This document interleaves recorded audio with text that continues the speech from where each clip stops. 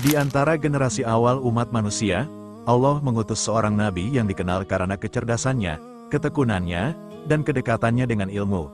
Dialah Nabi Idris, alaihi salam, salah satu nabi yang diangkat derajatnya oleh Allah ke tempat yang tinggi.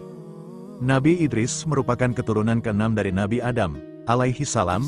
Ia hidup di masa ketika manusia mulai menjauh dari ajaran tauhid, tenggelam dalam kesibukan dunia, dan melupakan tuntunan Allah. Di tengah kondisi itulah Nabi Idris diutus untuk mengingatkan manusia agar kembali menyembah Allah semata dan meninggalkan kemaksiatan. Allah menganugerahkan kepada Nabi Idris kelebihan yang luar biasa.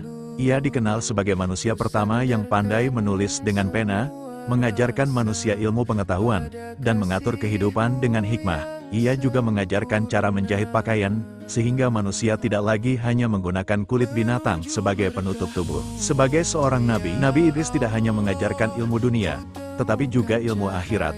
Ia menyeru kaumnya agar memperbaiki akhlak, menegakkan keadilan, dan tidak terbuai oleh kenikmatan dunia yang sementara.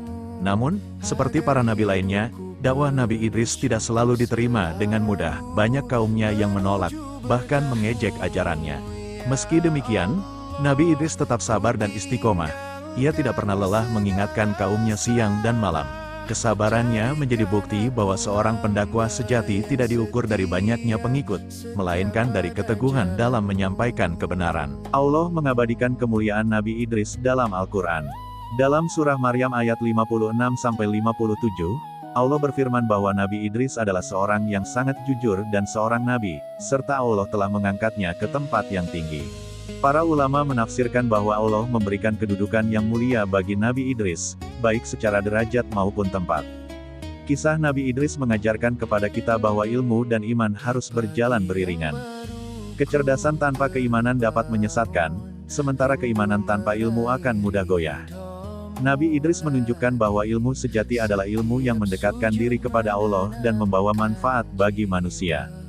Di zaman modern ini, ketika ilmu dan teknologi berkembang pesat, kisah Nabi Idris menjadi pengingat agar kita tidak lupa pada tujuan hidup yang hakiki, bahwa setinggi apapun ilmu yang kita miliki, ia harus dibingkai dengan akhlak, kejujuran, dan ketaatan kepada Allah.